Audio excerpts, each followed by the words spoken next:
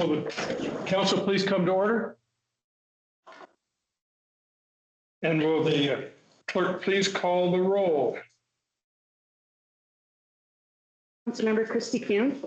Present. Councilmember John Hagenow. Present. Councilmember Carol Kerr. Here. Councilmember Aaron Permet. Aye. Councilmember Suzanne Reichsthal. Here. Councilmember Dan Sullivan. Here. Mayor Ken Riley. Present. There are 7 present. Great. Thank you. Will you please stand for the Pledge of Allegiance? Pledge allegiance to the flag of the United States of America and to the republic for which it stands, one nation, under God, indivisible, with liberty and justice for all.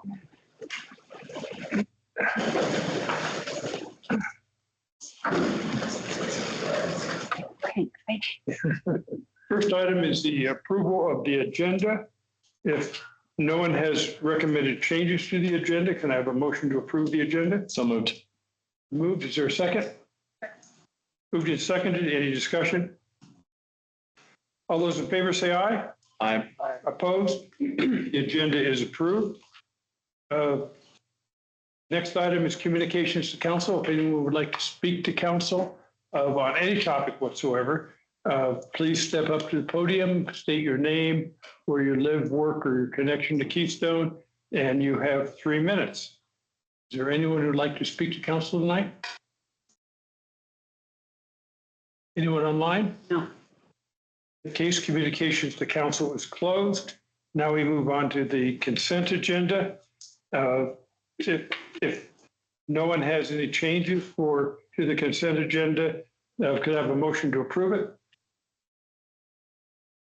Approve the consent agenda. Now second. Moved and seconded to approve the consent agenda. Is there any discussion? All those in favor say aye. Aye. Opposed? Consent agenda is approved. The next item is first reading of ordinance 2026-0-11 regarding hazardous trees and wildfire fuel hazards. And turn it over to the deputy town manager for presentation. And I will turn it over to our community development director. Good evening, Mayor and Council. Before you this evening is first reading of an ordinance. We discussed this at your last work session related to wildfire hazard fuels and the removal of said fuels from private properties throughout Keystone. This ordinance was prepared by the town attorney. We conferred back and forth about the definitions therein, and we really wanted to highlight exactly what that wildfire fuel hazard really means. So I'm just going to read this really quickly. Any disease, insect-infested, dying, or dead standing tree or shrub, or any slashed down or accumulated woody debris located within certain distance of property lines, within overhead or adjacent to an overhead utility line, within a distance equal to the height of the tree from a street, and also kind of goes into some other details around public trails, public open space boundaries, abutting developed property, as well as ski area lift infrastructure, and where those things may materially increase the risk of ignition. Obviously, with the environment that we're dealing with today, there's a number of properties that still have not removed some of their dead trees. I think the community's done a great job of actually going out and mitigating, but we could do just a little bit better to help protect our critical infrastructure resources and people's personal property. So with that, I'd be happy to answer any questions you might have about the ordinance itself. We do recommend approval of this on first reading. And we did also confer with Summit Fire and EMS on this particular topic. So I spoke with Hannah Olson, who is their wildfire expert that's there. I wanted to note into the record as well that they will actually come out and do a courtesy mitigation evaluation on people's individual properties. So they do that through the district itself. That position is paid for through the district. So There's kind of two parts, I guess, to all, where there's actually some education components that can come in that are free of charge to residents here. I mean, it's not necessarily free of charge because they do pay for their property taxes, but it is a service that is provided by Summit Fire and EMS. So with that, I'd be happy to answer any questions that you have. A comment and then a question. Is that okay? The comment is I did take the service. It's great. They'll give you a report back with pictures and it's a great service. The question I had is we have some properties within the city that are not developed that have the county has a responsibility, but we own kind of that property. But it was mentioned 2 weeks ago in a work session that this would be an instrument that the county we potentially could say, you need to help clean that up. But the rules of 30 feet, none of those properties are within 30 feet of a structure. So I'm just confirming that this really wouldn't give us the tools to insist that those areas are. Depending on adjacency to a road, depending on adjacency to infrastructure, if there's a power line, if there's other things that are there, we would have to obviously understand it. But not a trail. Yeah. No, trails are included in here as well. I guess. So basically, there's no fall hazard that could fall on a trail. Okay. The question is really, what's a trail? Because there is a trail that goes through, but it's not. Yeah, we define it, or we state in here an emergency evacuation route, a public trail, public open space boundary, abutting developed property, so on and so forth. So I would say that if it's a named trail, we could probably use that as ample evidence. Okay, thank you. To remove trees. It's debatable, but okay, thank you. But I appreciate that. Yeah. Also, as I read section B on section 2B, they also discuss unlawful hazardous trees and wildfire fuel. In each of the following is declared a nuisance. And unlawful any tree or shrub of dead, dying, diseased, or infested by insects so as to endanger well-being of other trees or vegetation. And item sub C of that is any wildfire hazard, fuel hazard. Regardless of location? That doesn't specify location as it goes, as you read it. So for the trees, For trees. dead and dying trees, Right. those are nuisance. Okay. So we could pursue that. Okay, thank you. Councilmember Curry. I agree with my colleague that the education that the fire department does is excellent. So agree that it takes a village to be fire wise. So if you're on top of it, but your neighbor's not, there are some challenges there. So I've looked through this several times. I thank the attorney for giving us in the work session packet a great outline of all the enforcement mechanisms we have. But my question is about before the abatement or the enforcement mechanisms. What is the mechanism the town is going to use? What is the strategy to identify what these are? You opened up with saying we all know they're there.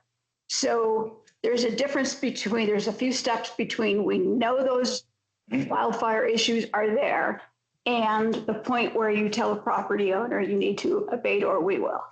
What is that strategy? So I think, there's a little bit of delicacy around that you need to approach each situation individually. So my approach would be to communicate with that property owner as effectively as possible. If it's Summit County government or open space and things like that, we have contacts that we can reach out to. If it's an individual private property owner, we have ways of contacting them as well. We have a variety of different mailing lists and things like that, but there's different outreach that we can do. This isn't something where one should anticipate that there would be a notice of violation delivered to somebody's door right away. I think there's again that back and forth, and we do this type of violation monitoring for all sorts of other things in the community development department. So let's just say that somebody's out of compliance with, let's just say some sort of building permit issue. We would communicate with them directly before issuing a violation. If they refuse to remedy that issue, then there's other levers up that you take to look at enforcement. Does that make sense? That's a great description. But what I'm interested is the step before that, the step before you reach out to the property owner. The step where, as how did it come to your attention that there's a code violation? How does it, are you going to go out and go through the town looking for these areas that need, I mean, up and down the streets, or are you going to wait for somebody to report on a neighbor, or Sure. what are you That's a anticipating? good question. You know, I think it depends on who's doing the reporting of the issue. If it's a neighbor that they have a significant concern and complaint, we view that as such, and we'll go out and reach out to that property owner. If we are just happen to be traveling around, and let's just say we're doing a inspection on a home that's being built, and right next door you can see that there's a dead, dying, diseased tree that's you know, jeopardizing private property, then we can reach out to that adjacent property owner at that point. It's not something where we're going to be doing a survey of all the dead trees in town. I don't think that that's an effective use of our time. But as these issues do arise, we will address them depending on the situation. Well, I agree with everything you said. It's not a good use of your time, but at the same time, there are developed areas that still have a lot of these issues. Certainly. And I feel like you're saying we're gonna rely on people blowing a whistle. Not necessarily. I mean, I think that if we know of certain locations that are more critical and that have more critical infrastructure associated with them or things like that, we certainly want to highlight that first, because it's a little bit different than a large open space parcel where there's no critical infrastructure. Does that make Can I sense? ask one more question? Same line. I'm going to back up once more. Sure. Another step back. Are you going to do some kind of educational push to make sure every homeowner knows this is on the plate and they do have the responsibilities to take a look at these? Yeah. So I've had a conversation, or I reached out to KNC about this, so they're aware of this. I reached out to the fire district as well. So I think there's a way to notify people that this thing is kind of rolling through our process. But I wanted to make sure that we met your expectations for what this looks like through this particular ordinance. So again, there's that communication piece up front. I think that's going to be essential. Again, and it's who chooses to open their email or chooses to read the postcard that comes in the mail or things like that. Absolutely, but if we never send the email, nobody's going to open it. So. Understood. Yeah, I mean, we have venues and avenues to communicate with people through the town. So my anticipation is that will come about once this is in place. And again, we've reached out to some of the more critical players around this particular topic. I would also say too that there is a lot of education that's out there through Summit Fire and EMS that already exists and kind of predates this. So I don't think there should be anybody that's really surprised at the end of the day that, oh my gosh, I think you'd be I didn't know that I had a dying disease tree on my property. It's just what did they choose to do to actually mitigate that issue. the difference that the effect we're looking for is that people recognize that not only are we reminding them, but if necessary, we will take action or reach out to them. Certainly, to have that carrot of self-compliance is always the best, opportunity for us as the community. But then there's also that other, punitive part, depending on the situation. Thank you. That's what I was going to say. Council members, take it up. Thank you, Mr. Mayor.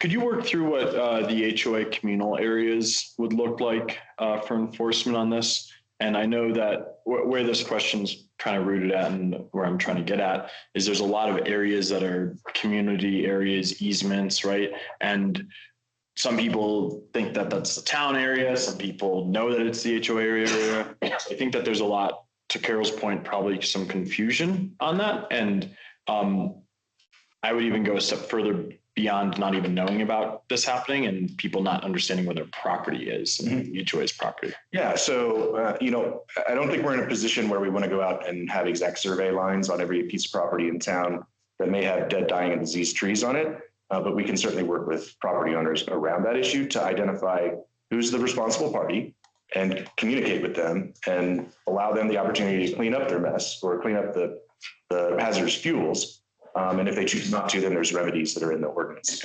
But I'm just thinking about some of the areas that are, I don't want to say disputed, right? But are you just going to put a flag on this tree and be like, somebody needs to take care of this? Like, how does that work? No. I mean, so one of the benefits of having a community like ours, where there are a number of different HOAs that also have property management companies that assist with that, contacting those property management companies and saying, hey, we really need to get this addressed is a really great way of going about this. So you have a lot of people that are actively managing property. It should be it honestly should not be too much of a surprise to that property manager that there may be a dead, dying, or diseased tree or other hazardous fuels on a property. And they should also want to get that off the property because it has tremendous risks for both the HOA management firm as well as that HOA itself. There's insurance implications, other things about it. So this, I think, in some ways encourages better behavior going forward. Okay. Councilmember Sullivan. Just the last comment to kind of summarize, I think. We just need as a town to be a little bit more proactive with this one. And just, all the HOAs should have a note. They hopefully will then send it to their communities. But just the thought that they might read about it somewhere isn't going to be enough. We just need to be proactive. Certainly. That's really the. And that's why we did do some outreach to, again, certain key critical players, but we did not reach out to every last HOA. But we have the ability to do that. I would recommend it. Okay. Well, I also think like there's areas too, right? And I obviously think of Loveland Pass Village where I live, right? There's a ton of shrubbery and trees and areas in that area. And I think if I am remembering where Carol lives, right, there's a lot of trees in that area too. And I don't know if you're in K and C, right? But for me, and I know this is a very generic thing, K and C is typically larger condo buildings that are going to be condensed without trees around it. And I know that's a very generic and not necessarily true, but I'm concerned that a lot of the areas that will be impacted by this are not necessarily involved sorry that you're being was just not necessarily going to be involved in K and C. But there's other organizations. Keystone Owners Association has 62 HOAs that are members. ANC is a master HOA, and which has, I don't know how many HOAs there, but probably 20 HOAs in KNC. And so, and the HOAs are well aware where the property lines are. The property managers are well aware where those property lines are. It isn't like, gee, I don't know whose that is. If you're in an HOA, if you're on the board of the HOA, or if you're the property manager, they know exactly where the lines are. No, another question I had kind of in a different realm. We recently had, not recently, probably a year ago, an arborist come out and look at the medians, right, and identify dead, dying, diseased trees and put ribbons, as the town manager explained, a ribbon on the trees and indicate a marker of the tree being dead, dying, or diseased and needing to be removed. Would the same discretion be used, or the same criteria be used that was used on the medians on the private property? Again, it's going to be done in coordination with Summit Fire and EMS, for them to be able to go out. Dead, dying, and diseased is pretty, I would say, somewhat easy to identify, but it's not always, clear cut. But if there was anything that was questionable, we would certainly want to bring in an expert who would be with Summit Fire. And again, it's all focused on fire management, not necessarily on aesthetics or anything like that. So it's not subjective in that realm. It's really more objective around things that you can easily identify as wildfire danger. But as I read this ordinance, the moment that if this ordinance is passed, the moment it's passed, the town has to remove those dead, dying trees in the medians because they meet the criteria of a roadway. And I would say the town is currently working on that. Some of those trees have been started to be removed and trimmed back and other things too. So I see us trying to live through the genesis of the ordinance itself too. Where I was getting at with my comment though, is as you drive down the road, there's several trees that are tagged with markers that are not dead, dying, or diseased in, I think, the general population's opinion, right? If you look at it, it's very green, vibrant, has leaves on them. Yeah, most of them are, right? But, I'm concerned that people are going to feel that their prized tree that they planted on Arbor Day, 20 years ago is all of a sudden being marked by the town for destruction. And I think the danger we run into is looking like we're hypocritical. I would also I would also compliment you on the work that's been done on this particular property to remove the dead, dying, and diseased trees that are here that we've got stacked up outside ready to be removed. So I think there's good examples of good active forest management that the town has done and the community has done. So I'd say it's probably two sides of a coin there. Fortunately, people see the medians than they see this.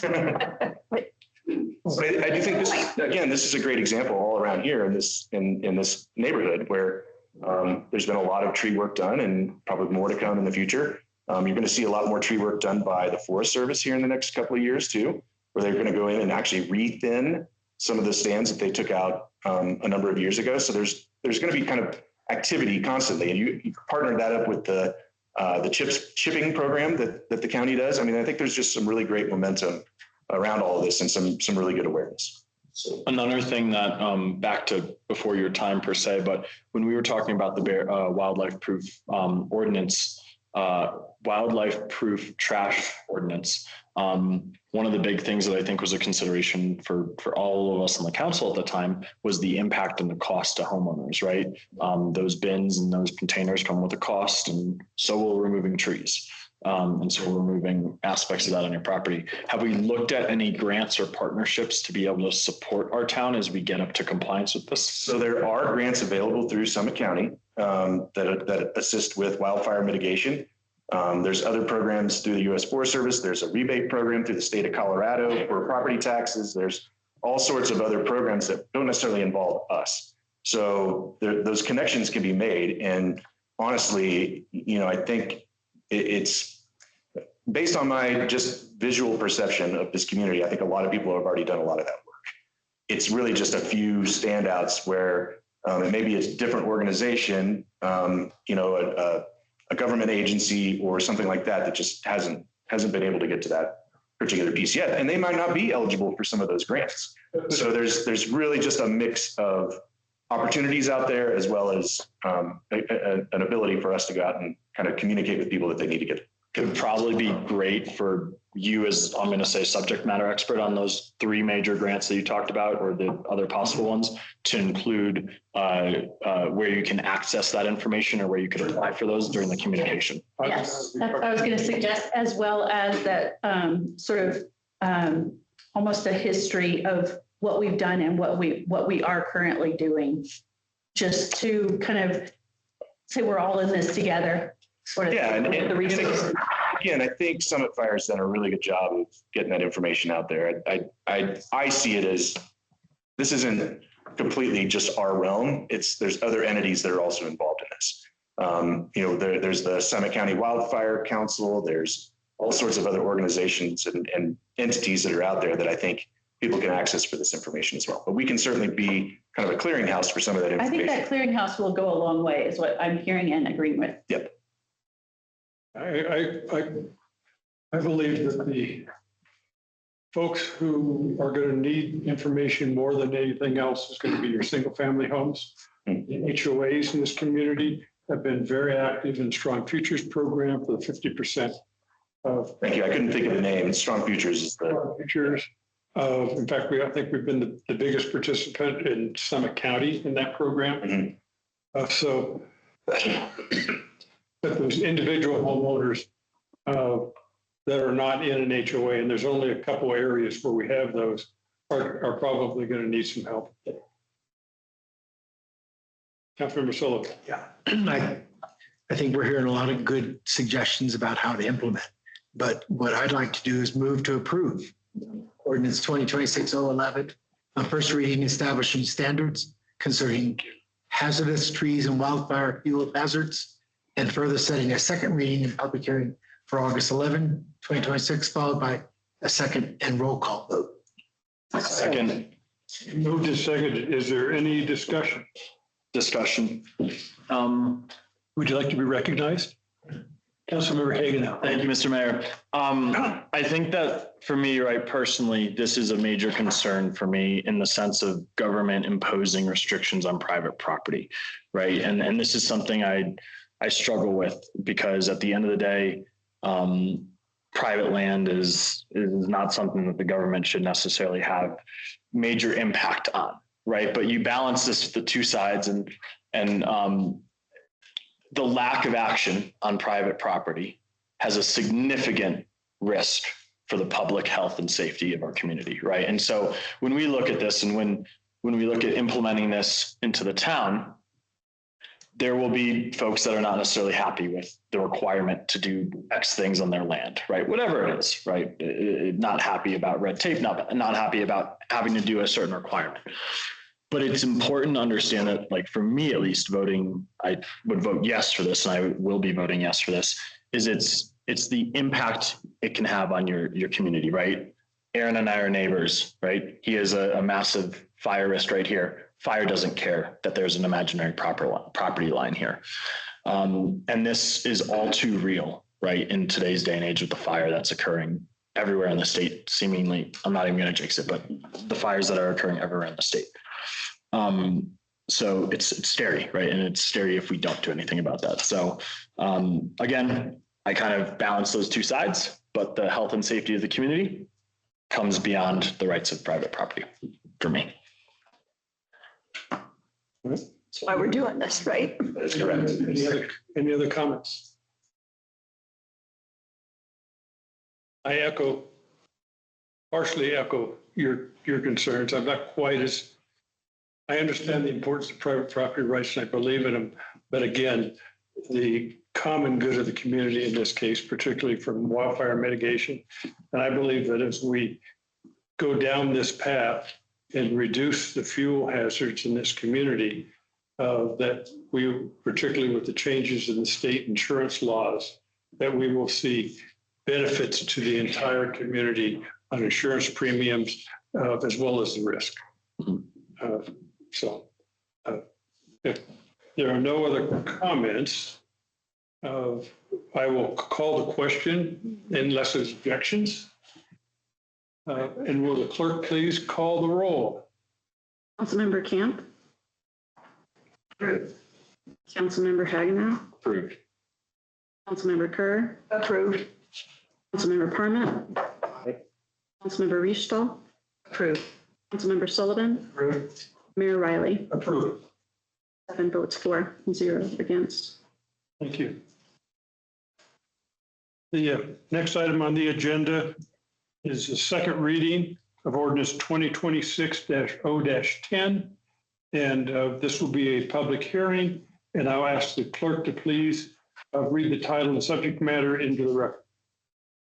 Ordinance 2026-0-10, an ordinance of Town Council of the Town of Keystone, Colorado, repealing certain road and bridge standards in Chapter 5 of the Town of Keystone Land Use Code concerning road and private road acceptance procedures and providing for town-specific private road acceptance standards to be adopted by resolution. And I'll turn it over to the Deputy Town Manager. All right, good evening, Mayor, Town Council, and the Deputy Town Manager. My name is Maddie Sealu.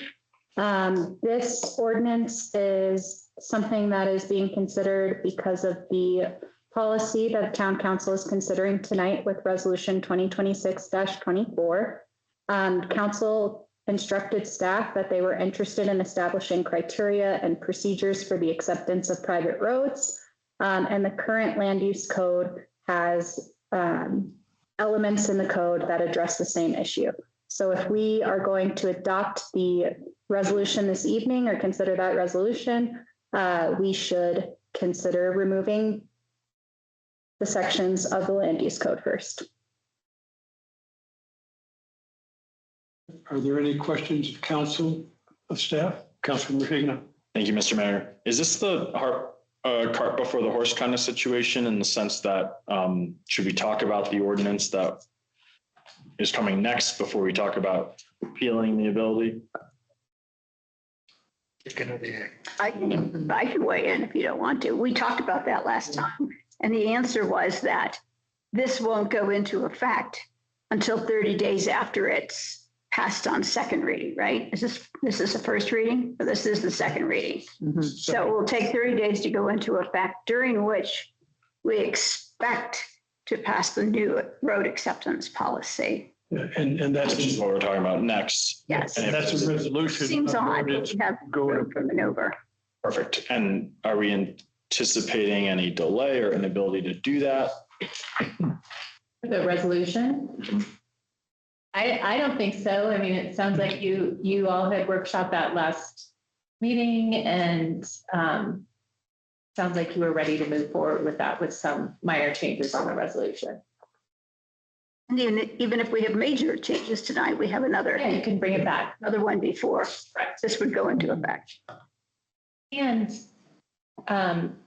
anyways, a property owner that wants to transfer roads to the town, a private property owner that owns roads and wants to transfer them to the town for maintenance and responsibility, that has to be done by ordinance of town council.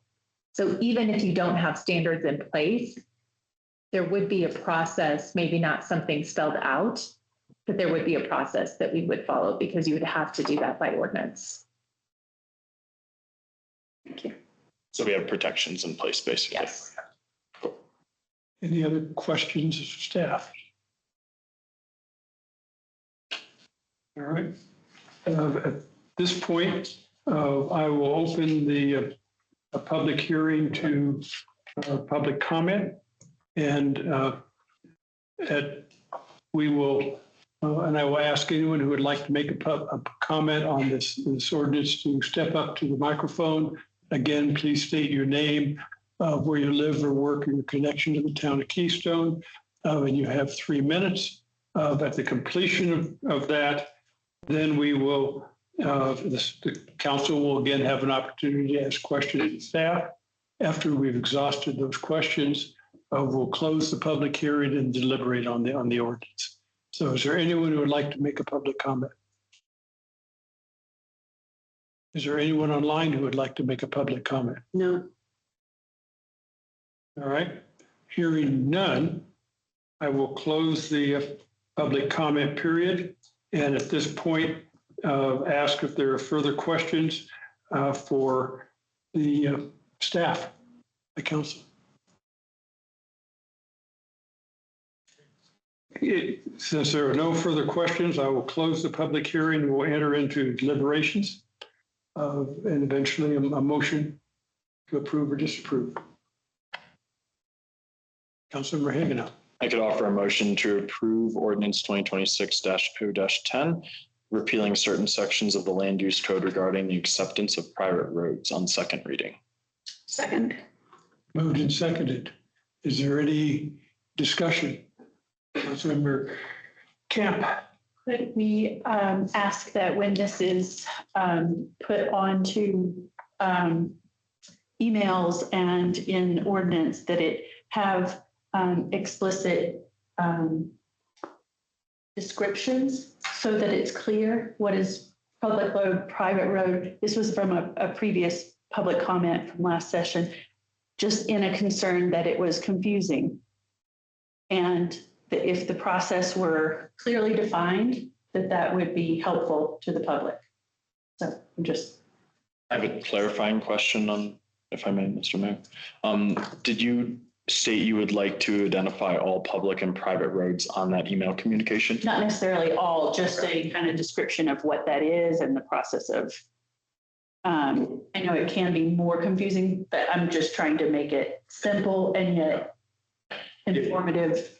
It might be more appropriate, and just a suggestion, right, that we comment or we add a note on this publication about the future ordinance or resolution that we're going to talk about, and maybe a link to it, like this will be the future standard for acceptance of public and private roads. In fact, you probably wouldn't even need to do it on this one. You do it on the other ordinance. Yep. And say, hey, we now have. I'm just trying to keep it in conversation because it was addressed. Okay. And Sorry. Councilwoman Camp brings up a great point that oftentimes, and just like with news articles, people read the summary that's put out in the email blast and don't necessarily click into the ordinance to see the details. So it's important to get that 2 or 3 sentences right. Yeah. And as far as I know, in the town, the only roads that are impacted are roads that are maintained by HOAs. There may be one other, but everything else is already covered, Could be impacted, not, could be impacted, yes. All right, so. So we have I don't think I have a motion. you do have a motion. And a second. In a second. See, that last time I tried to go there. All right, so is there any further discussion? In that case, I'll call the question and ask the clerk to please call the roll. Councilmember Hagenow, Approved. Councilmember Kerr, Approved. Councilmember Parmet, Aye. Councilmember Riefstall, Councilmember Sullivan, Approved. Mayor Riley, Approve. Councilmember Camp. 7 votes for, 0 against. Next item is Resolution 2026-24, resolution of the Town Council, Town of Keystone, Colorado, establishing criteria for private road acceptance procedures and providing for town-specific road acceptance standards. And I'll turn it over to the Deputy Town Manager for presentation. All right, good afternoon, Mayor, Council. Council has shown an interest in taking responsibility for plowing and maintenance of various roads in Keystone, and directed staff to establish procedures for the acceptance of such roads. The attached policies and procedures along with this resolution are based primarily on procedures drafted for the town of Centennial by our town attorney's firm. So there have been a couple changes made to conform with the situation in Keystone, and the procedures are outlined in the policy. I am happy to answer any questions or pass it over to the town attorney if there are any other more specific items she'd like to address. I don't have anything more specific, but available for questions. Councilmember Kerr. Thank you, Mayor. Could you remind us, Ms. Salio, the 4 things that we wanted to change? I think one was the definition of good. What were the other three things? I do not have those available for me right now. I'm not remembering what they were. All of those that were changed are in second policy, section 2D. That's the section that was changed. I have the list too. Section 3. So the list was town engineer to town manager. Okay. The definition of good, remove rec path from the title in one place. Yes. And then also put in a provision that the town is permitted to collect escrow to cover town costs. Okay. Thank you. Appreciate that. Councilmember Camp. Is this where it is that I should be saying, please, could we include a description of what is public road and private road? In the resolution or in communication about it? I guess wherever it's most appropriate. Yeah, Probably be in the I communication. think, yeah, the communication. Mhm. Councilmember Hagan. Thank you, Mr. Mayor. Question for our town attorney here. Number 4 in the list of the procedure for the attached policy, and this is in the summary on page 2. It says town council votes to approve or deny the request. Mhm. I know in many other aspects of what we decide to do, quasi judicial is a big one, right? We could be sued or brought to court over decisions, right, that we make with potential bias and potential, misappropriations of what are kind of due, right? Is there any possibility that if organization A gets their road approved, organization B does not get their road approved, regardless of the criteria and why we decided that, regardless of the comment made during the meeting about that, could we be sued for non-acceptance of that road? Well, a lawyer is going to tell you that you can be sued for anything. Yeah. And you'll gladly represent us for all. Yes. But honestly, you can be sued. There is a provision in the policy which really does protect town council in that type of decision, and that's paragraph E. It's section 3, paragraph, well, it's paragraph D. I made a note that actually should be changed. It's a typo because there's 2 paragraph Ds. But it's town council will render a final decision, an administrative decision, either accepting or rejecting the private street.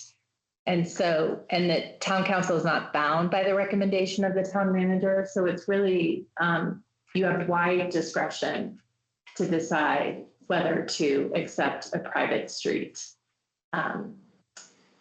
I will say that maybe somebody could have a basis for a claim if the reason for denial is based on a protected class. So, and have you noticed, like, I guess my concern, right, where I'm trying to get at this and protect the town is that if we accept one road, could we be just forced to start accepting all these other ones at a high financial impact to us down the road? No, because it can be a budgetary decision that, right now we have in the budget that we have money for X number of roads to accept and to take on the responsibility for. We don't have the money in the budget to take on X plus 5 roads. So we're going to stop at this number and not take on the responsibility of the additional roads. That would be a perfectly acceptable response. And you haven't seen in Centennial or any of the other towns that you are involved with or represent, and maybe has a similar or the same process, there hasn't been any red flags or concerns? No. Okay. Thank you. When I went through and reread the ordinance, one of the things that struck me when I looked at the requirements for the procedure for requesting acceptance of roads was that there may be items in here that the town already is aware of, but would be costly for the potential applicant to go out and replicate. For instance, we've had the town paid for a analysis of all roads in Keystone of less than a year ago. And we have a requirement for a geotechnical report prepared by a registered professional engineer. In discussing this with the attorney, there may be other items in here as well that that the town manager would be aware of. We would still be the stopgap, because if our questions aren't answered, we could send the town manager back to get information. But the recommendation from the attorney was to add in paragraph C, a new paragraph 6 that simply says that the town manager has the following authority, which is to waive or modify any application or submittal requirement of this policy upon the determination that strict compliance is unnecessary or impractical, and that the town has sufficient information to evaluate the proposed acceptance of the private street. The town manager may impose conditions on any waiver or modification that may require alternative or supplemental information.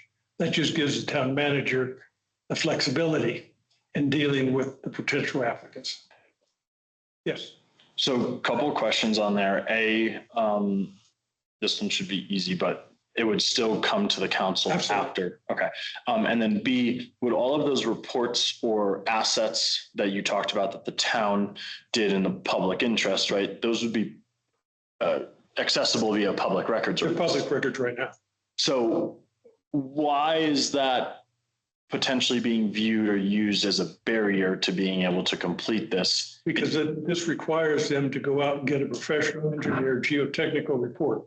Well, would they not just be able to use the one that the town did? I would assume that they would.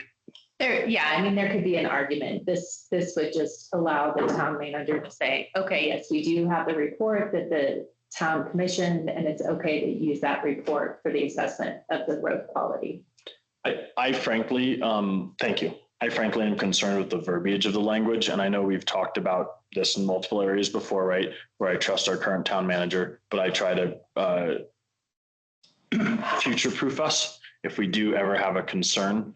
And it seems like that paragraph just nukes all of the requirements that are talked about previously. Like it allows unilateral decisions to change the requirements. But again, it would It comes always back come to to us. the council for any final approval.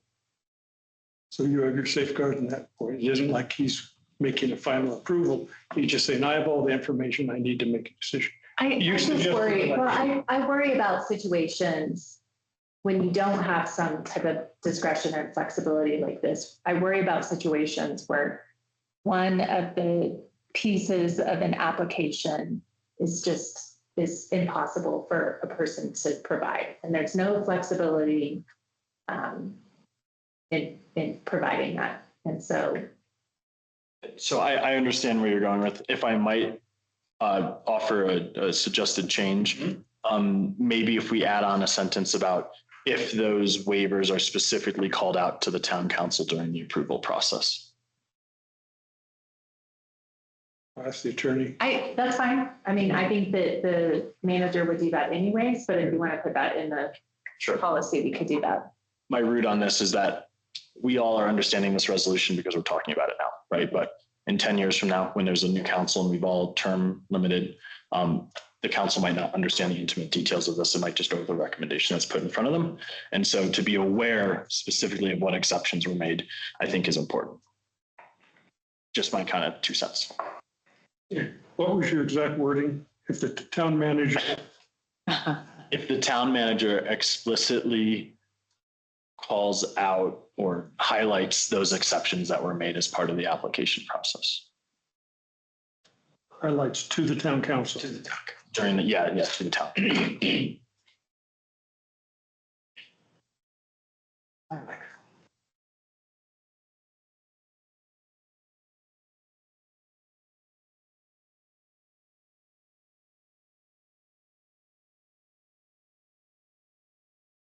The wording was simply if the town manager highlights of, or the town manager shall highlight to the town council any waivers provided. Does that meet your need? Sure. And I would like to make a motion. I'd like to make a motion to amend the policy to add a new paragraph 6, section C. And I know the town attorney has the language and she drafted it with the one change at the end. Was that change acceptable to you? Yes. Then can you read exactly what that would be? Yes. So that would be to add to paragraph C, a new paragraph paragraph 6 to waive or modify any application or submittal requirement of this policy upon a determination that strict compliance is unnecessary or impracticable, and that the town has sufficient information to evaluate proposed acceptance of the private street. The town manager may impose conditions on any waiver or modification and may require alternative or supplemental information. The town manager must highlight such waiver to town council in the staff report. I mean, a staff report. Presentation to council. Yeah.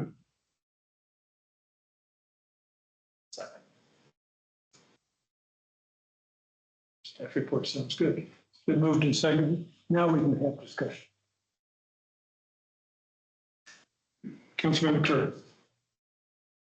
So maybe this is the answer to my question, because my question was going to point out 2 different parts of this policy and ask how both things can be true. Because the way it's written, the town manager will recommend only those roads in good condition. That is, there's no reasonable expectation of a need for significant maintenance, repair, or resurfacing within 5 years.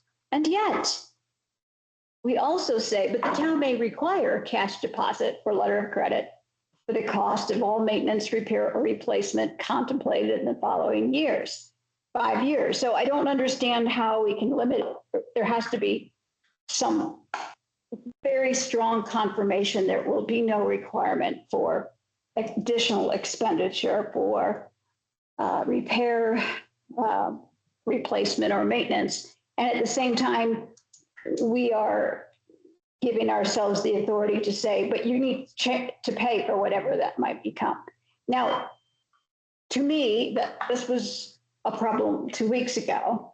Now I've come to you with the same thing, but now I'm going to ask, is that the purpose of this new section that was added that gives him the authority to say, I feel comfortable with this, but I'm going to ask for upfront money just in case? Do you see my argument that both things, it's difficult for both things to be true? Well, so I don't think that the addition of that paragraph 6 really Okay, so, implicates. I think they're two separate things. okay, in that case, how can it be, there's an absolute, it has to be considered good.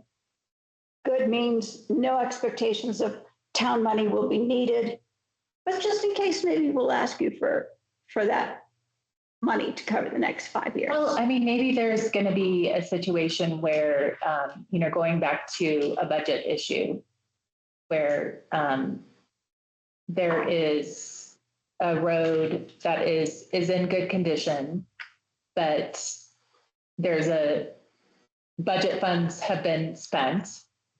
The property owner really wants the town to take on the road.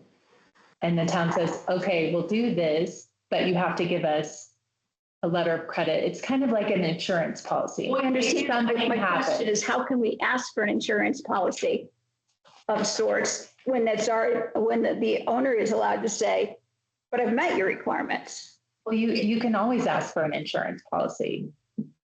You could, I mean, you're not asking for the road to be in great condition. It's in good condition. So there may be unforeseen things that happen.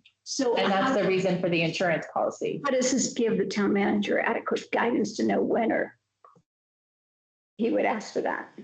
I don't know that we could in this policy put that guidance in place because you don't know what the condition of the road is going to be, and you can't draft for every particular situation. So we're just writing it so broadly. Yes. He can shift it for each circumstance. Yeah, and the applicant can say, fine, I'm not interested in transferring it to you if this is the. Okay, I would assume the town manager, or whoever that might be, would need to be able to say to the owner of the property, here's why I'm asking for that upfront money. Yeah. Yeah. All right. And any condition like that would still have to be approved by council. Right. Which is only as good as what we understand. Any other on the amendment? Any questions or concerns or discussion? Hearing none. Vote on the amendment, and will the clerk please call the roll? Councilmember Kerr. Approved. Councilmember Parmet. Approved. Councilmember Reefstall. Approved. Councilmember Sullivan. Approved. Mayor Riley. Approved. Councilmember Camp. Councilmember Hagnon. Approved. 7 votes for. Now we're back to the initial motion with the amendment included. I don't believe we have a motion on the table. No, we do not, but we're back to discuss that. So. And I offer a motion. Yes. I would move to approve resolution 2026-24, acceptance of private roads for public ownership and maintenance as amended. Second. Been moved and seconded. Is there any discussion? I believe as it's laid out right now, it appears to be very fair to me to the community while also providing some protections for the town of roads as well, which is one of the reasons why I support this. And any other comments anyone would like to make? I echo what you just said. Then I will call the question. Will the clerk please call the roll? Councilmember Parmet. Yes. Councilmember Reefstall. Approved. Councilmember Sullivan. Approved. Mayor Riley, Approve. Councilmember Camp, Approved. Councilmember Hagenow, Yes. Councilmember Kerr. Approve. 7 votes for. Thank you. Now we're moving on to report of town manager and staff, and I'll turn to the deputy town manager. And this evening, if the town manager has not already provided it to you, he plans to send a written report.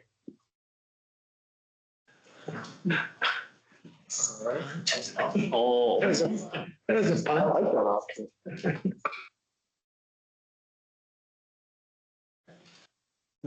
Was there anything else you would like to highlight?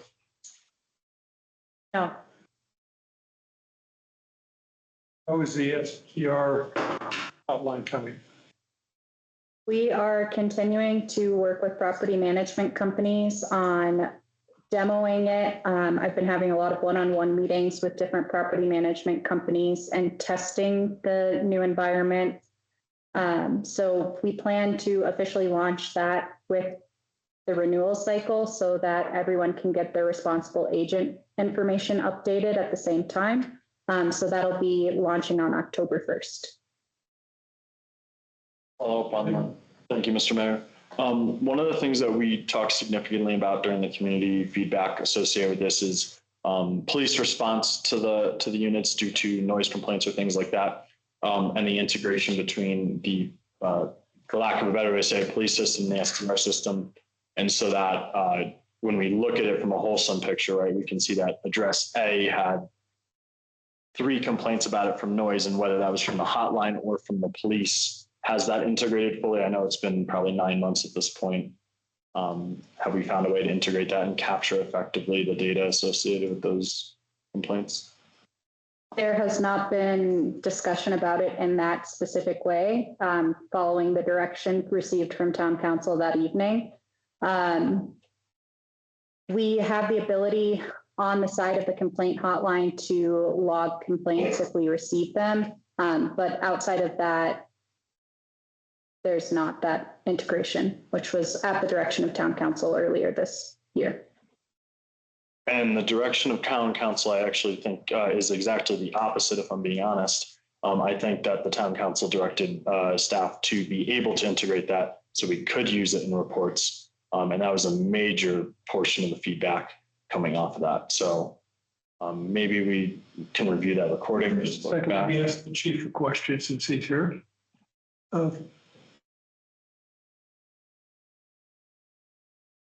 If the town council, if the town staff was interested in just receiving the next day or at the end of the week of a listing of all noise complaints that you responded to in the town, could that be provided? And I get following up on that, right? I just use noise complaints as the one, but and maybe throwing this out to the council, is it parking? Is it noise complaints? Is there like 3 or 4 of the hot button, quote unquote, STR issues that we would want to include in that?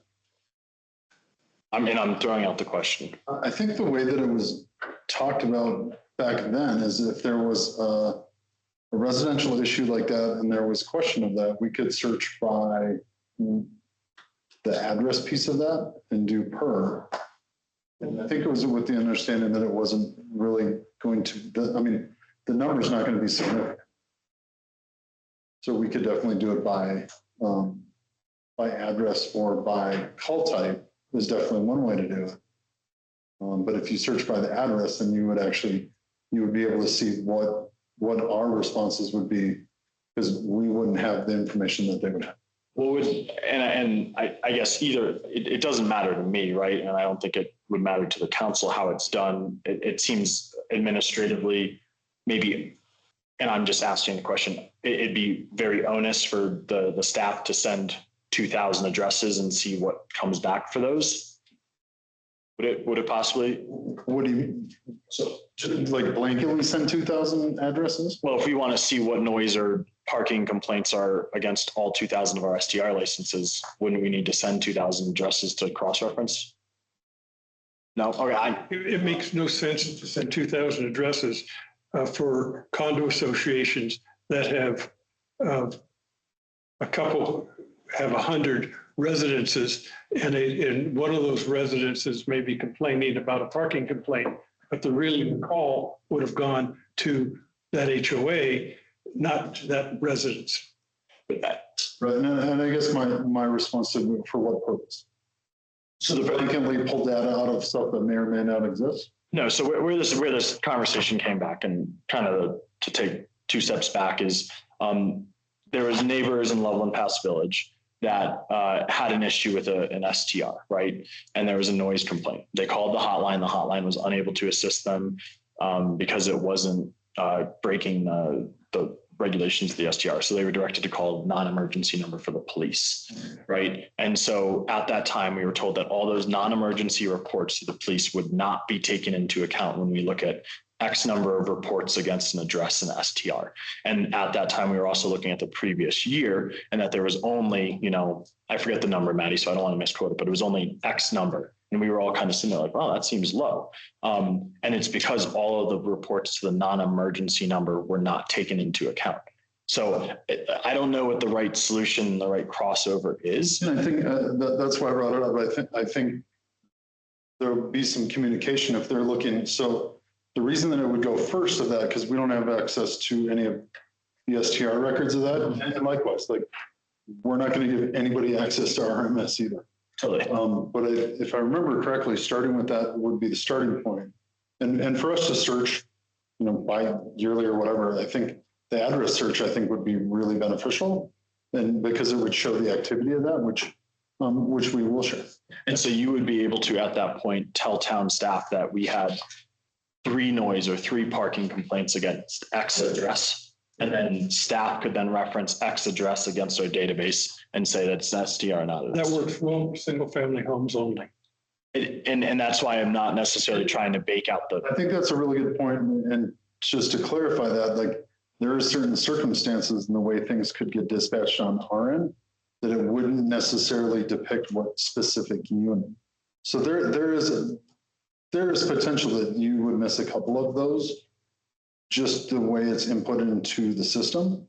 But it's not going to be a significant number. That's why I asked the question. Could you just report, pick out what we want if it's a parking situation or a parking or a noise complaint, staff can determine what they are. Just report what you have and the address that it was reported to. If the staff can then look at that, determine if that's can be determined, if you can be tied to one of the SDRs, or it's just one of those that called in that had no tie.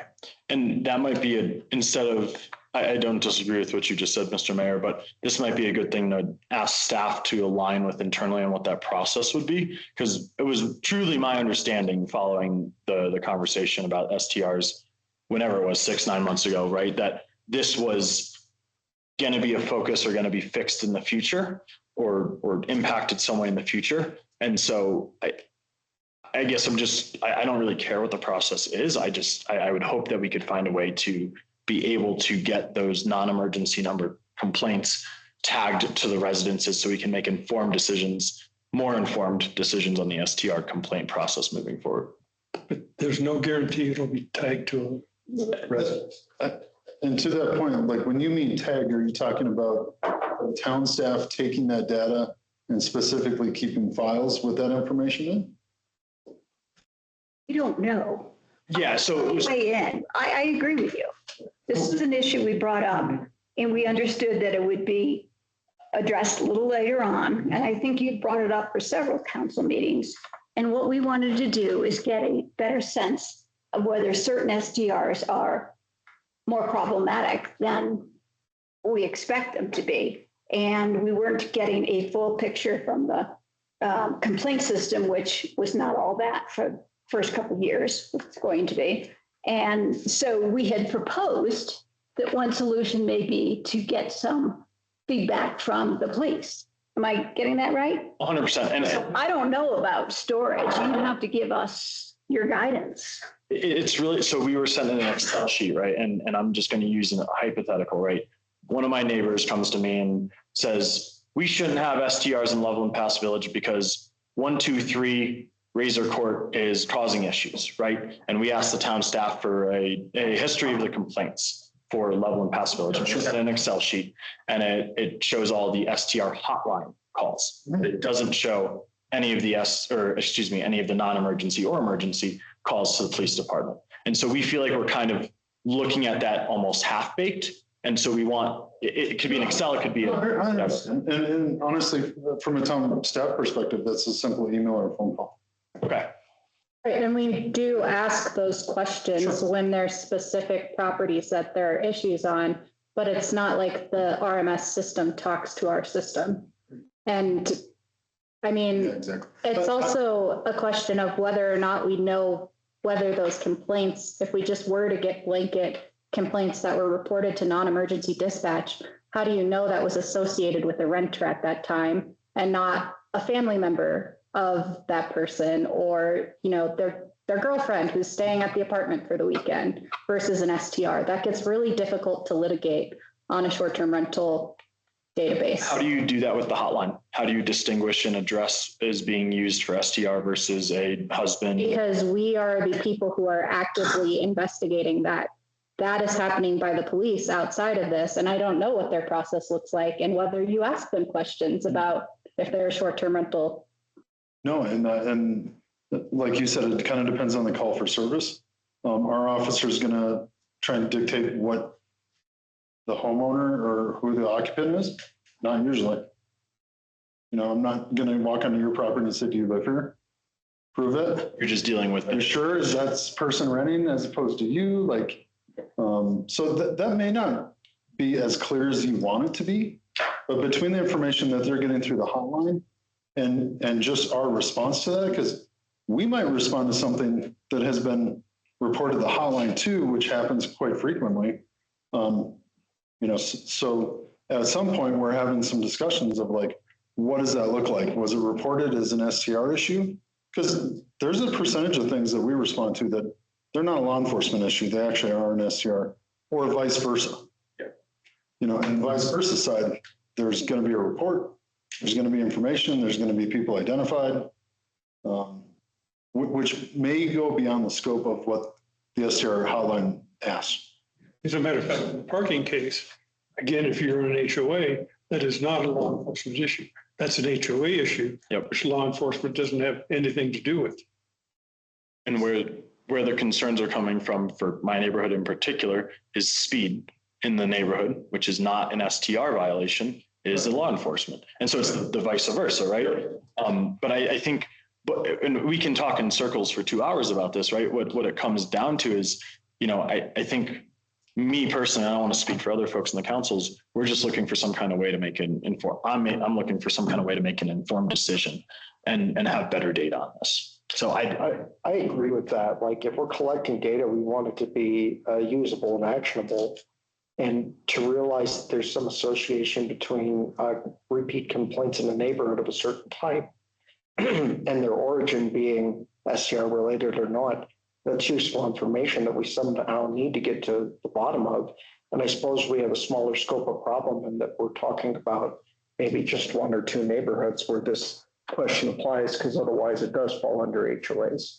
But, you know, for those 2 or 3 neighborhoods, it is an important matter. But you're actually doing that now. You're actually trying to gather that data now, right? Through the STR hotline or through us. And it's complaint driven, right? You're just not going to blanketly be trolling through data on the STR hotline. You know, I can guarantee you that Maddie's very well aware of problem issues, complaints for very specific places. And if she's not, like, that's complaint driven. Somebody's going to actually bring that to someone's attention, whether it be them or us. those are 2 silos, right? And so when we talk. Not necessarily, because if she has an issue and she goes, oh, you know, we just took a complaint. There's 3 complaints at this residence. I'm going to call the police department and see if they have any issues. Compare and contrast, because maybe we got contacted on all 3. So it is kind of a case by case basis. Has that ever happened? Yeah. Yeah. The reason I bring it up, if you want running data sets of that, it's really hard to do. right? Because our record system doesn't talk to their records. Like Darren's point, like getting good data, there's going to have to be some communication to get good data sets. And is it going to be consistent all the time? That was my point before. It's not going to be as consistent as you and I really want, because that would be no errors, no omissions, like everything would be in there, right? I'm telling you that there's potential that that may not happen. But it's not, and it's not going to be a running tally unless there is issues, whether it gets flagged from her or flagged from our office of like, hey, we've been at this certain address, 3 times this week, or we've gotten a call from the same person 3 times today. That's going to elicit some further communication that'll help that. So, And this is a question really for our legal. To me, it seems like we have a legal issue though. If we were just to download a lot of the information from you, let's say that the systems did work together. And we, I'll stop you because it won't. Okay, but It's your legal issue. There's nothing that we haven't talked about. It's not a public record. Right? So you could walk into our office and do a records request and get the same information that we're getting. Okay, that's what I'm really. Yes. Yep. And we're required to, with certain exceptions, but most generally, we're required to provide that information, whether it be to town staff or your neighbor or whatever that looks like. Might I ask, and I guess just for whatever that process is, again, like we don't need to bake out communication between them, but I would just like to better understand maybe during a report at a future meeting or work session, what that process is. And the process being, how does our staff get records from the police for STR related activity, right? Where we can then be given better insight into the STR compliance. but there's no guarantee that the records that the police provide is associated with STR activity. It's associated with activity at a property, which may or may not be an STR issue. And the same thing could be said about any complaint during the hotline. But they investigate to determine that piece. But not all investigations. To that point is they have more information usually than we do when it comes to that specific topic. We don't have access to people's licenses. When they're looking at that kind of information, they have all the information in front of them, so they can start when they go through their analysis of said complaint. They have certain information that will drive that. So it kind of begs the question, Maddie, what would trigger you to reach out to the police? If there are recurring issues that might have escalated to law enforcement at an individual property, like the individual incident on Razor Drive, I got multiple complaints about that. I took a look at them.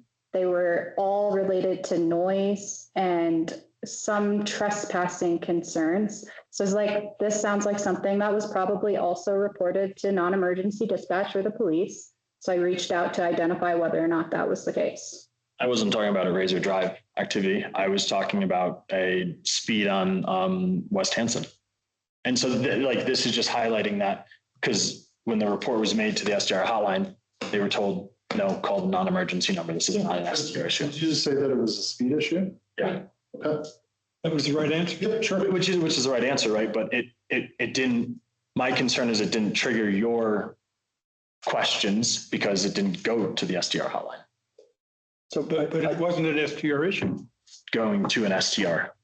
They were driving. An STR issue. It can. You can't Tracing that. You can't meld that and put it to your favor of that. Sorry. I completely disagree, right? If you want to, like from our world of that is a speed issue. If it comes out in conversation that it is an STR issue, maybe, but that's a stretch for us.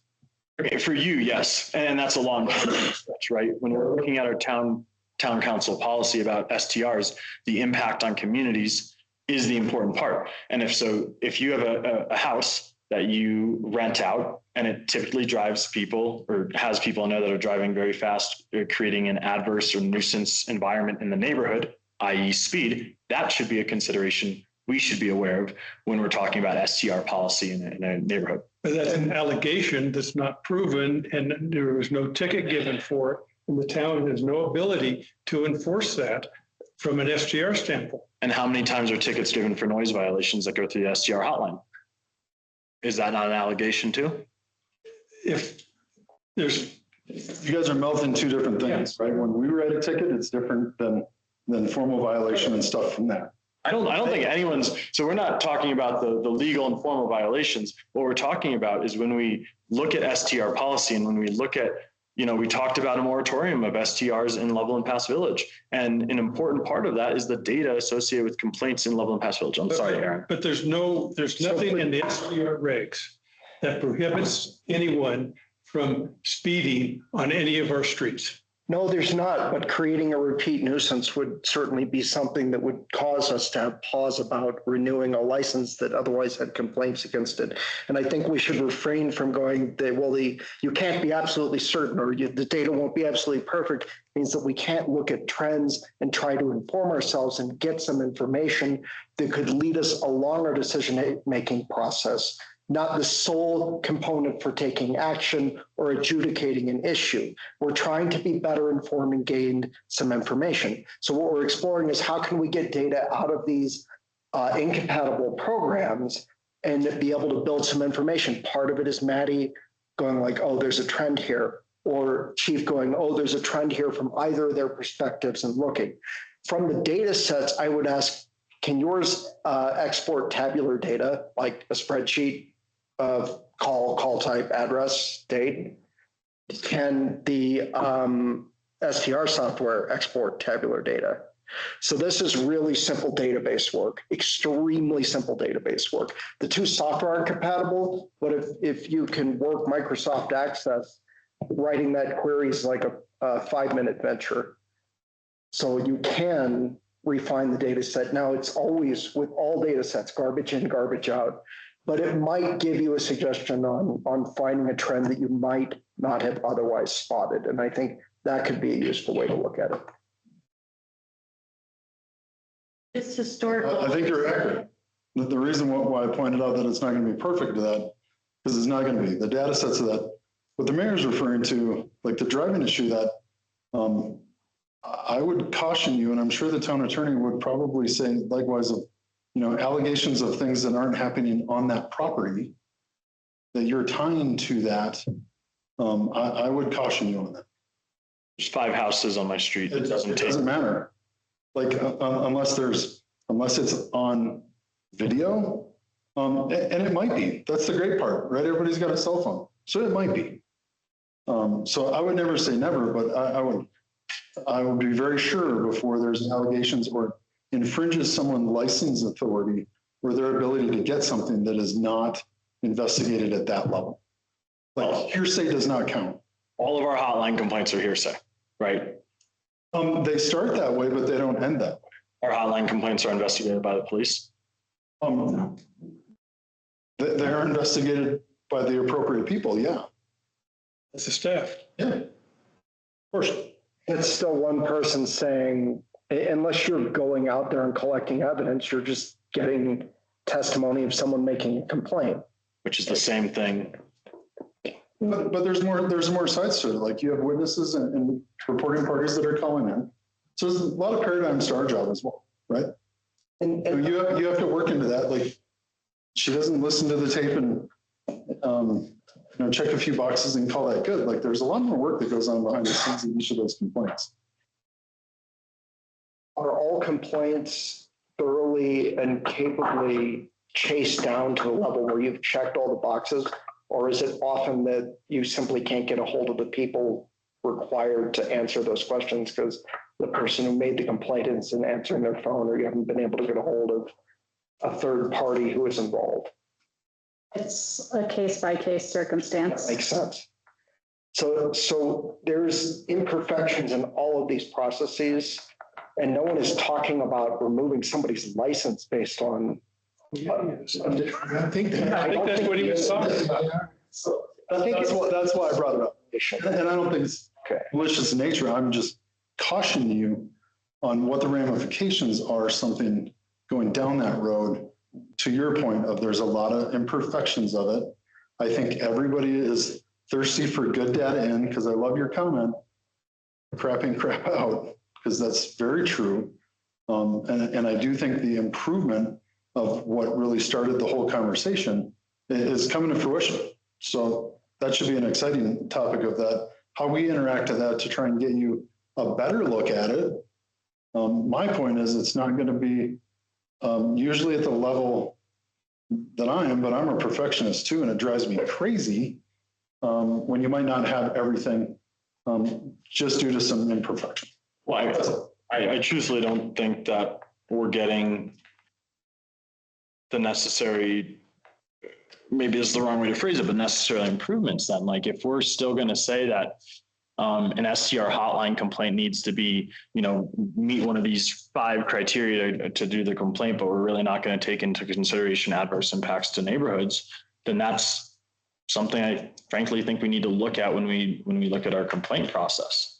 Well, I think that's what's stemming part of the program, right? Is there's going to be an analysis after the end of that. If I will guarantee you, if we get a phone call saying, hey, can you look into this? And there's more to that. That's going to increase the look that's being taken at that specific situation. So that is going to require, which I think is kind of the impetus of why you're doing what you're doing, or part of it, or should be. So all of that goes into play. The reason that it's really hard to lay out like line by line of that is all of these are all different.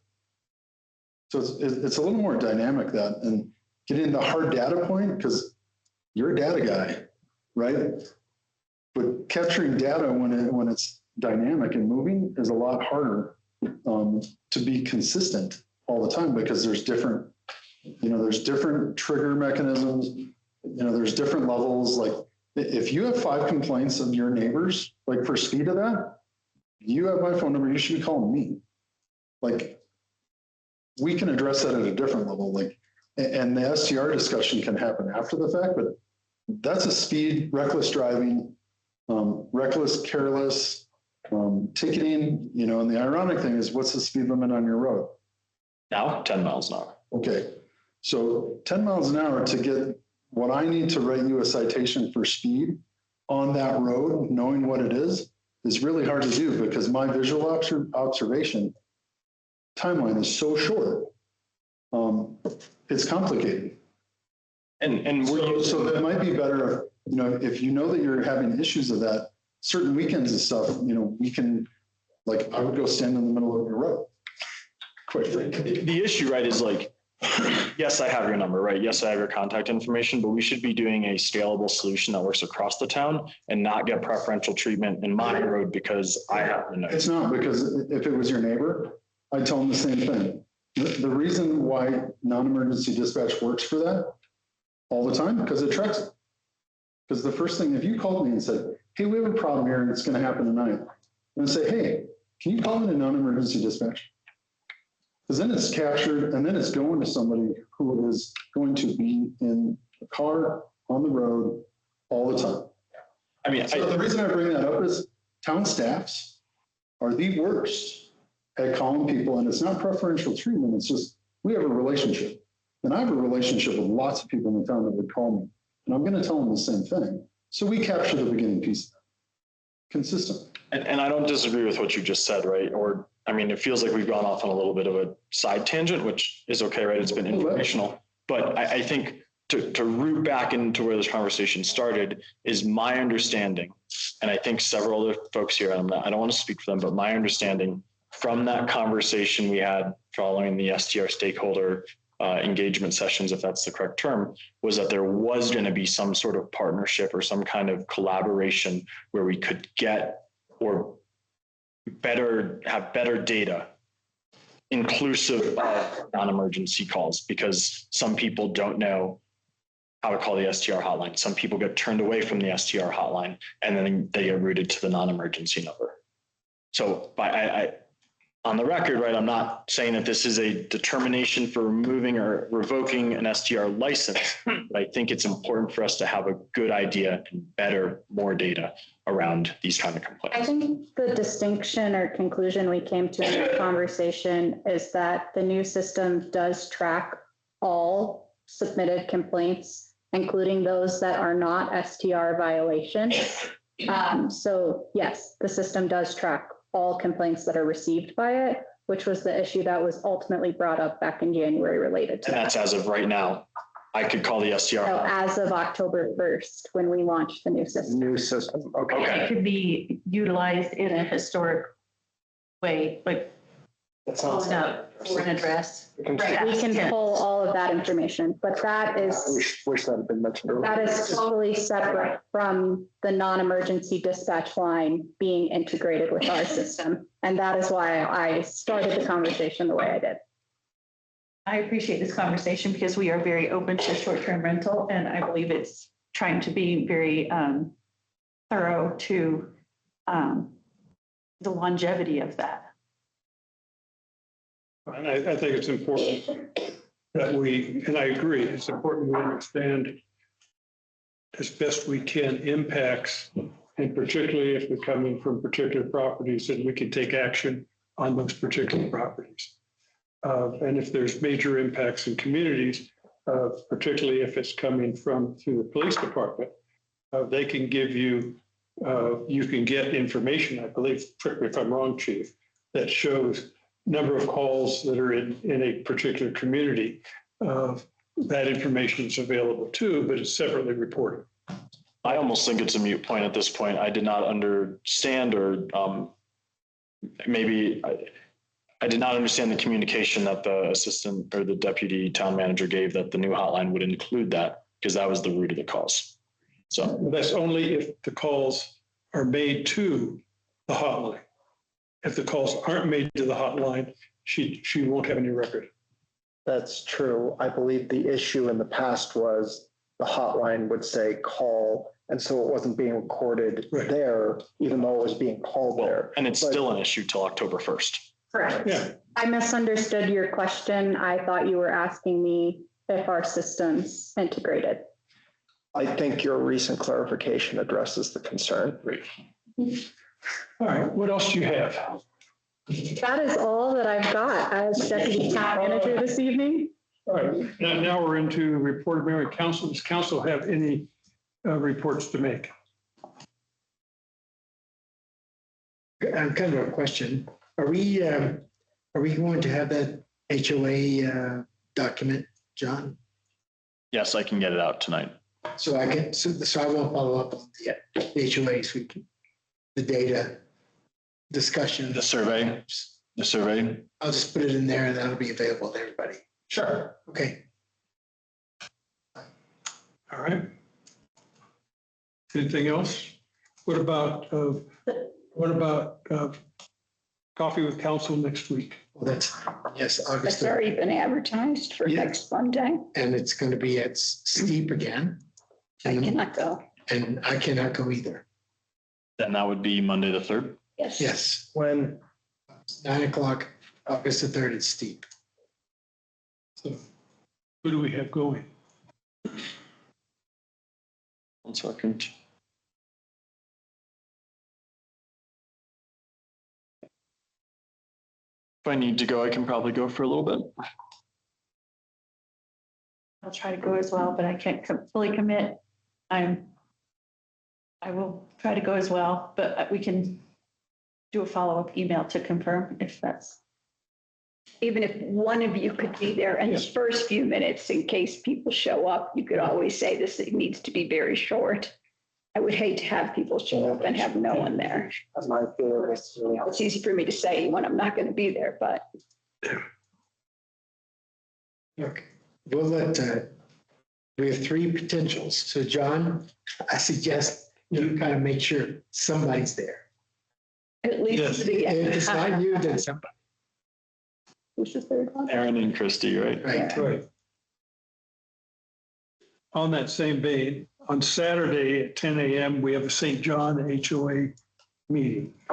It's at the same time that Alco is having their meeting. I don't have on the list who from the staff is going to attend. John and I are divvying that up All right, this week. so one of you two will be there. And right now, we don't have a council member to attend. I'm an alcove, so. Yes, because we have two, I'm out of town. we have two that are in alcove. Okay. Or we have, you and John are alcove, but we still, and I'm unfortunately already booked for something else on Saturday morning. That's Saturday morning. So we still need a council member. This Saturday. Yeah, Unfortunately. Yeah. The first, the first. Yeah. I could do it if, as long as I can be out of there by 1. Oh, yeah, Never that. Sure. They don't want to hear from Yeah. us more than 20 minutes. Okay. Normally what they do is if they say 10, we ask to be put first. Okay. That doesn't always happen. Christy and I did, Yeah, you're an hour in. for the second year in a row over at Key Condo, but normally they put us on first.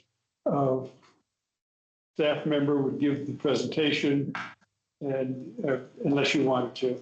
And then you'd be there to answer any questions.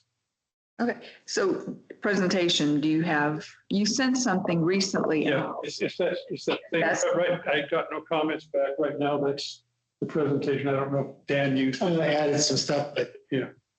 But that was just for them. Yeah, for them. So, and this meeting is going to be in the St. John condo Okay. over here. Uh-huh. So it's right in their entranceway. Okay. All right, so we got that That's covered. Saturday at 10 a.m. Saturday at 10 a.m.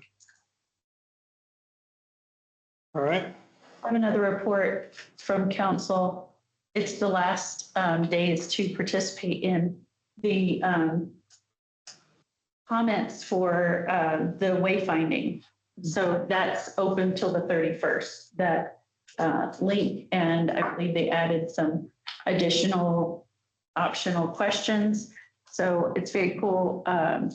Tried to get an email to Lindsay to find out if anybody remembers, he was talking about a key arc that was natural and like an arch. And I don't think I have the correct email address. I tried and I didn't get through. But anyway, I think that would be an example of something that is key, almost like a secret of Keystone that isn't known. These are the kind of things that we could, if you have any last ideas to contribute to the wayfinding, it's open till 31st. And on that note, Christy and I participated in the wayfaring, what do you call it, wayfinding, 2 days. I will say that the Boulder students were very organized and did a very good job. So she'll see what the outcome is, but well done. Anything else? Last thing, and we'll get out of here early. Business Advisory Council. I thought it was a very good session this last week. We now have a chair and a vice chair. Thanks to Maddie, who's on twisting. Who are they? Rob McAvoy and Ross Capodanno. Okay, thanks. Right. And they've taken their responsibility seriously. Their primary focus is going to be all businesses in Keystone, not just Lakeside Village, which is probably appropriate. We're getting very good support as well from Vail Resorts in that with Mark Kimball providing representation. And he's providing advice, not necessarily speaking for Vail when he does that, but he's providing advice based on his experience. So. Question on that. Mark has recently taken on some significant expansion of his responsibility. Is he anticipating staying on the advisory council? Yes. Or would he delegate it? Okay. Yeah. And he sent his assistant to the wayfinding. There were, not counting, Yes. I should have mentioned, yes. I was there for that first session. Yeah, she was there for the first session and not counting her, there were 3 Val reps there. So that was a good thing. Yeah, Mark is doing this as with his strong business background at Keystone. So it's everything. And so his new roles in hospitality has not impacted his participation. Yes. We're still in other matters. All right, other matters. First, anything else on the report of mayor and council? Let's go to other matters. I want to make sure to mention this because I did not do a great job when I needed to ask for a letter of support for Blue River Watershed Group. It comes up fast sometimes when there are organizations that are already benefiting us that may need a letter of support or a memo of understanding. And so today I just wanted to put it out there that we are already benefiting from the water quality monitoring from the historic point at Keystone Science School. And then we are newly going to get a location at the North Fork. And I have been asked to put Blue River Watershed Group in contact for a memo of understanding, just saying we're benefiting. It's not Why really. would we sign a memorandum of understanding? It's a legal document. I apologize if I don't have the correct, it was said a memo of understanding went out. Could we get like, it's like a letter of support, but I don't have, it's not a letter of support. It's just basically saying we're benefiting. That's it. We go on the list. What? So just for a little bit of background, what the mayor was saying is that MOU is typically between like two government organizations. And so that would be between like Summit County and Keystone. It could also be with a nonprofit. It could be. And so there's probably concern around signing an MOU because it could be seen as a legally binding document. It might be good to draft a letter of support.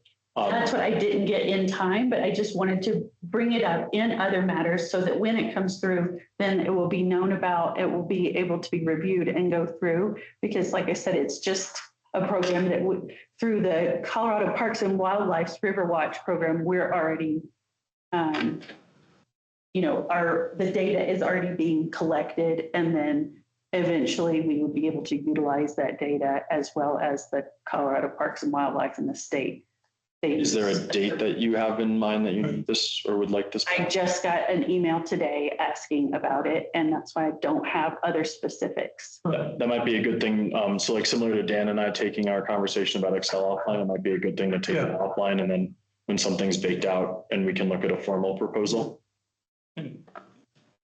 When you have, I assume they're going to give you a draft of whatever that letter would be. Send it to the town manager and I'll be glad to look at it. Okay. And then if that needs council's approval to sign, then we'll bring it back to council. Okay, thank you. Along those lines, what was the letter of support that the forest department gal mentioned? Thank you for your letter of support to the Outdoor Coalition. I thought we just joined it. Did we also do a letter of support that I don't know about? I thought that's what she was referring to, just that we joined. We joined. I'm not aware of anything. Maybe it was the letter saying we joined. Okay, no one knows either. All right.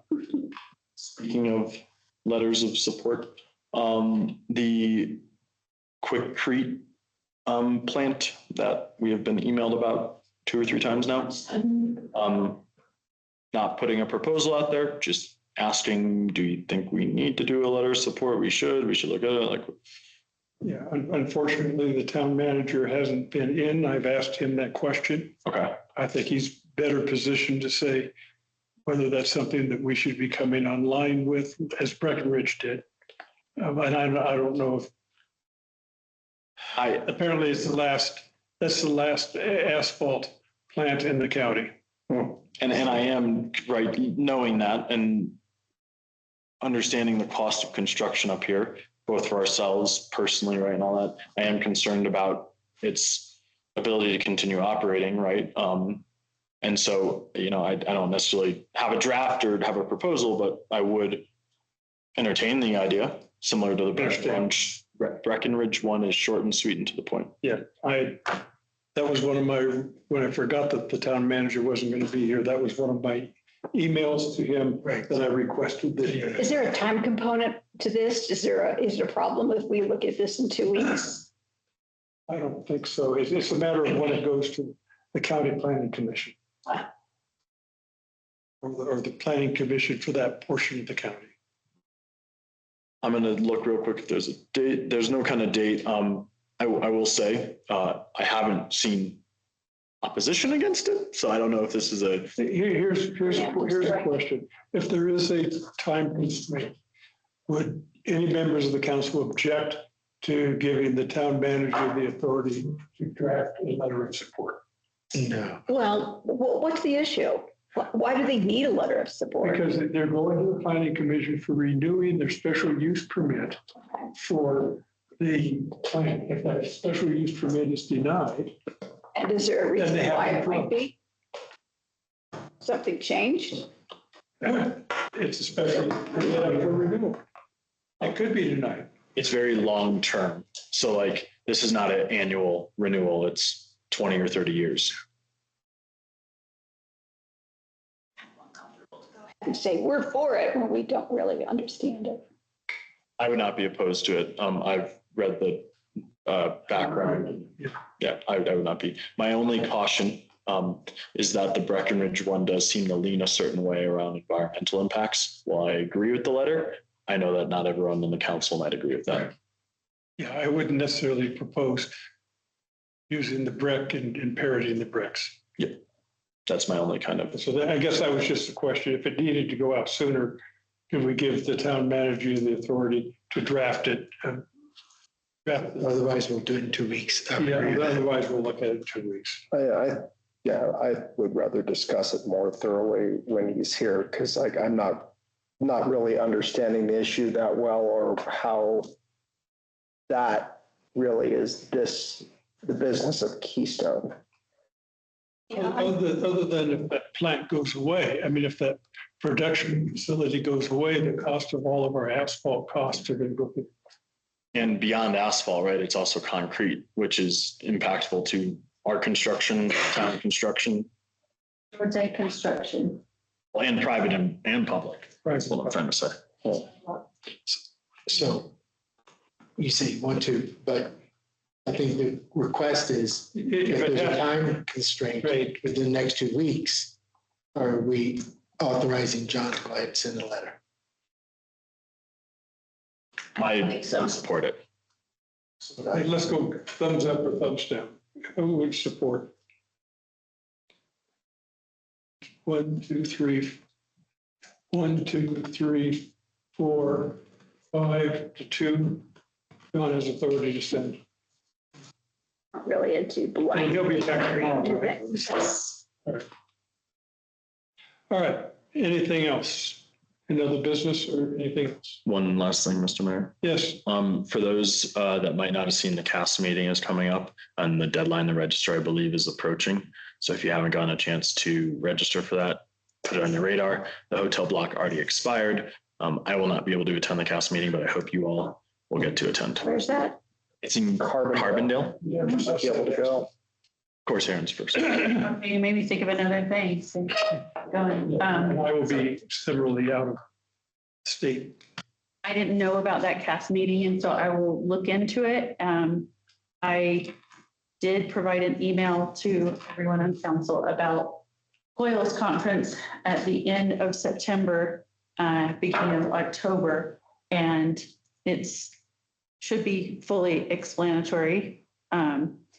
And I will follow up with a calendar that is completely optional to council members that are events like CAST that are just options, cool ways to engage with community and nature.